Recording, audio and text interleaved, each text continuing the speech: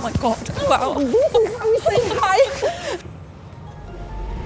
What's up, it's Els. I'm back for another episode of UFC's Day Off. Today we are in London and I am joined by UFC Hall of Famer Joanna Jedrzejczyk. Hi. Nice to meet you. Nice to meet you. Oh my God. Wow. Are we saying hi? In fighting word. No, I'm kidding. Oh my I'm a gosh. striker. I would not take you down. No, I trust that you're strong enough. I'm just dizzy now. Oh my God. Well, we're here in London at the O2. We are going to play some padel, but I just wanted to chat to you quickly before. Are you good at paddle? I've played once, but I'm competitive. 2 times. You played 2 times? I'm competitive too. But I wanted to talk to you quickly before we get into that. What does it look like your typical day off? So I love staying active and I love trying different sports. And sometimes we athletes, I'm retired. I retired years ago, but I'm still very active. But when I was competing, I was training from Monday until like Saturday, from 8 to 13 times a week. And most of the fighters, they rest on Sunday. They do nothing. They just stay in bed. And I was always very active. I was always the one who was like, hey, let's go paddleboard, let's go skateboard, let's go do something. You know? So I love trying different sports and I'm happy and I hope you're gonna teach me some, you know? Teach you some good paddle. Oh, let's go. Small talk out the way, it's now time for JJ and I to hit the court, but it's not going to be that simple. Right, are you ready? Yes, are Paddle. I am ready. you? Sure you are. Come on. What? You know what we do before the fight? Yes, face off. Today is Friday, the day of the weigh-ins before fight night in London. Yeah. You ready? Well, I'm just Let's go. awkward, so this is not going to be... 3, 2, Okay. 1. See, I just want to go like Like I just what? want to laugh. You just It stand makes me still and laugh. you have Okay, to be so serious. let's try again. Don't smile. Okay, I've got it. Ready? Yeah.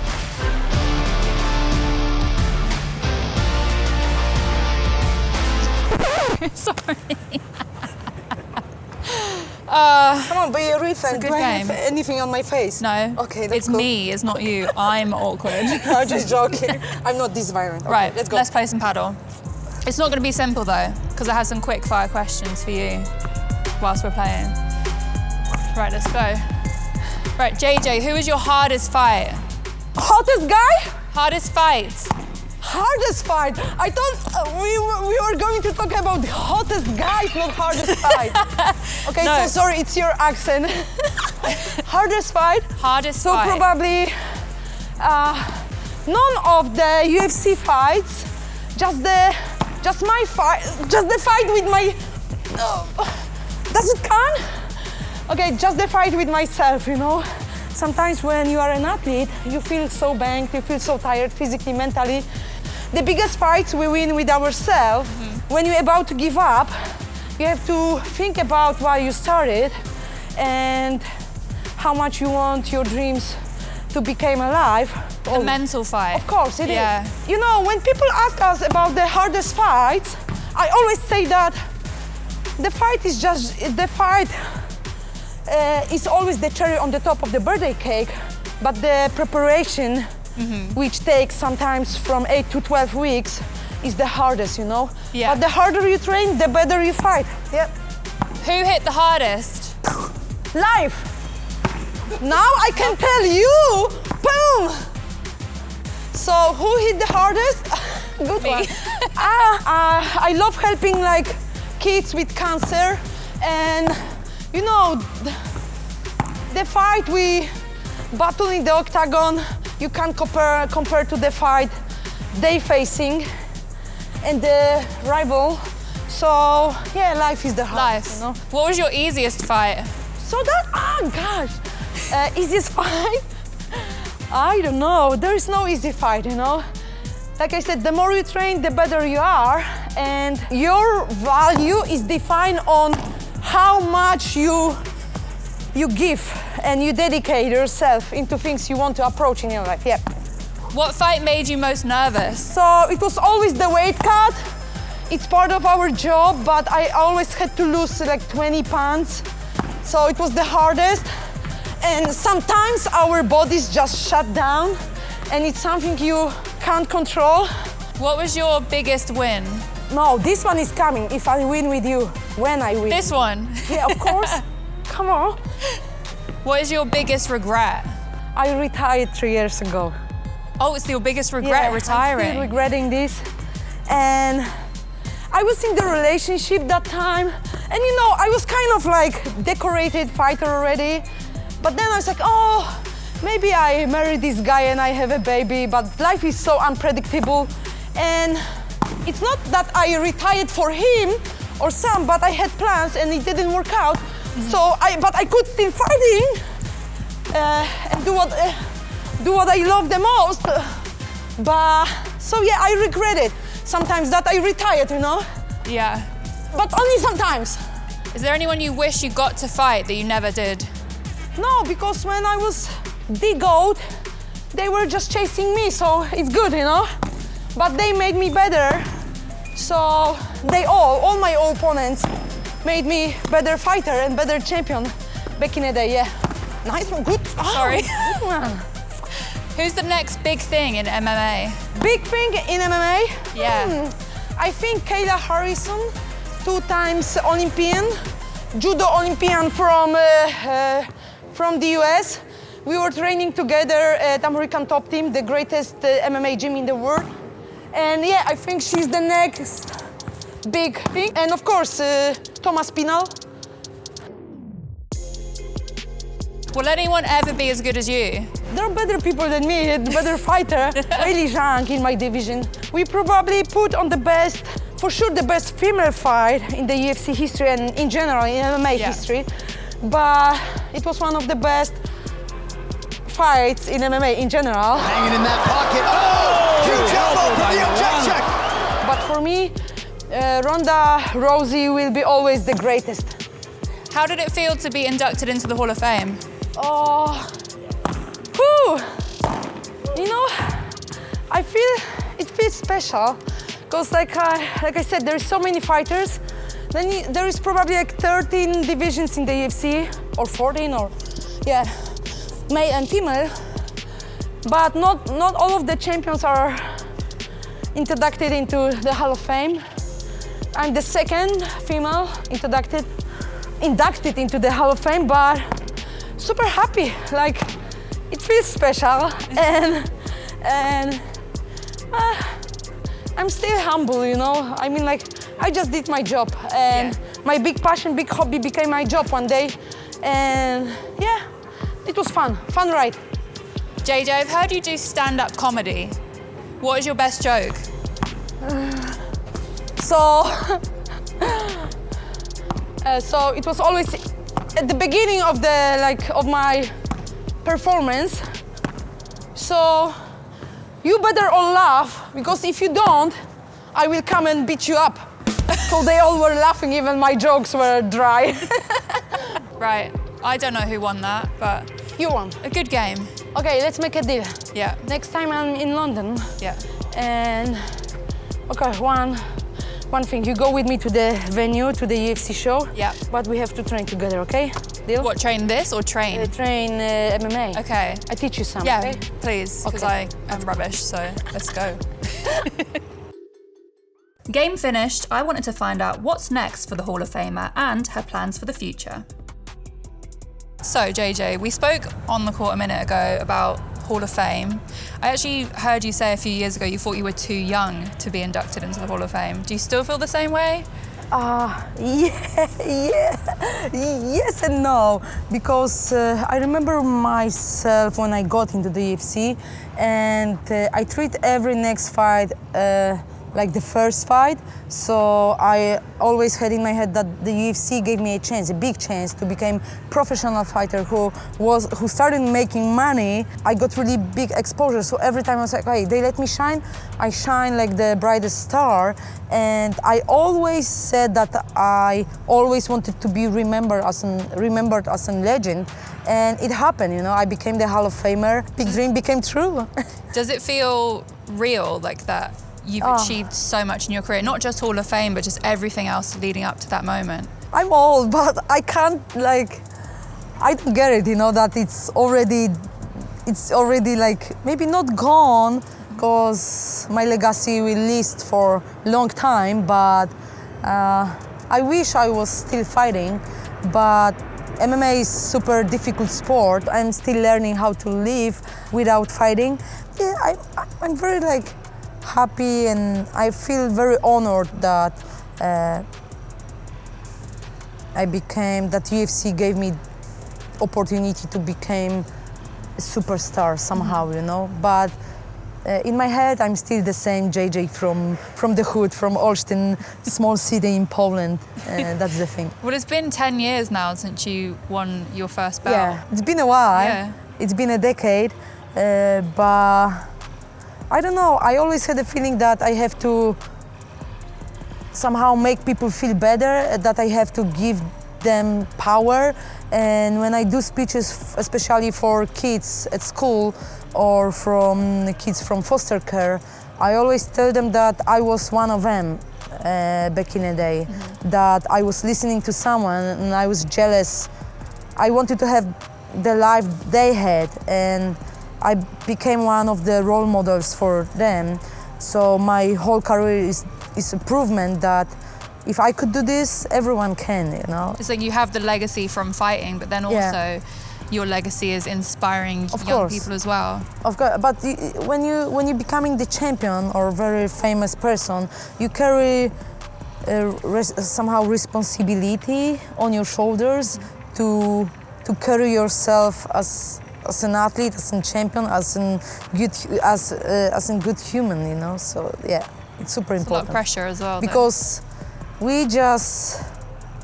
we becoming champions, we're becoming CEOs, but we are going to be people forever and humans forever. It's super important. Definitely. Yeah. And you did say it was a regret to retire? Yeah, somehow it was, you know. I love life so much. I will join DC's league. I'm retired, guys. I love you so much. Thank you for the support. UFC, Dana. So sorry I let you down, man. First year was super hard. There was no like a day or week that I would not call my manager or texting Dana or Hunter or matchmakers, UFC matchmakers, that I wanted to be back, you know. And I just miss the sport, you know. I was doing this for 20 years, so I think it's normal, you know, that you can miss this so much, you know. I'm sure that is how a lot of fighters feel after they retire. I mean, is it something you'd ever consider coming back? Yes and no. I knew before that the second fight with Weili Zhang that we were going to give everything we had, and that the fight would go the same way as the first one. I had a big hematoma on my head, and I know how beautiful life is, and I know how many things I want to approach and do in my life, and I think I didn't want to put my health and life on the edge, you know, or bring it to the edge. So I knew before the second fight with Weili Zhang, if I was going to have hematoma or if I was going to be KO'd, what I was going to retire. So somehow I planned this, but it was spontaneous because it just happened. I was planning to win this fight and go for the belt once again in my fighting career, but it didn't happen. And it's funny because I'm a religious person, so it's funny saying that tell God about your plans, he will just laugh, you know. And this is, I feel like it just happened to me 3 years ago in Singapore, but life is good. So you mentioned the fight against Weili Zhang. Let's talk about it because, I mean, in terms of the history of fights, that's got to be up there in terms of like two people just giving it their all. And you could tell by the end, obviously, your face was completely different, but it just shows how much you both wanted it. The good thing is that I can be the first who will become a Hall of Famer 2 times, because I think this fight will be inducted into the Hall of Fame as one of the best fights in the UFC history. I can't wait for this moment.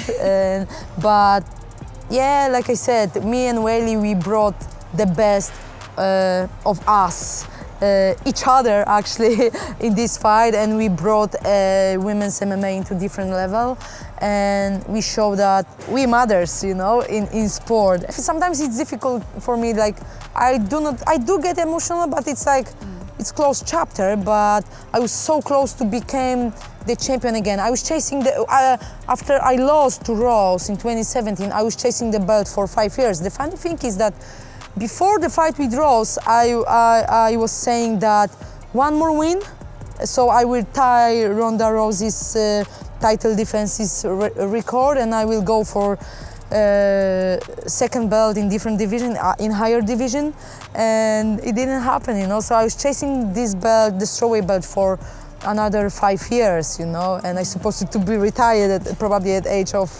33 or 30, but it didn't happen, you know. So I was super close. It's like bittersweet. Yeah.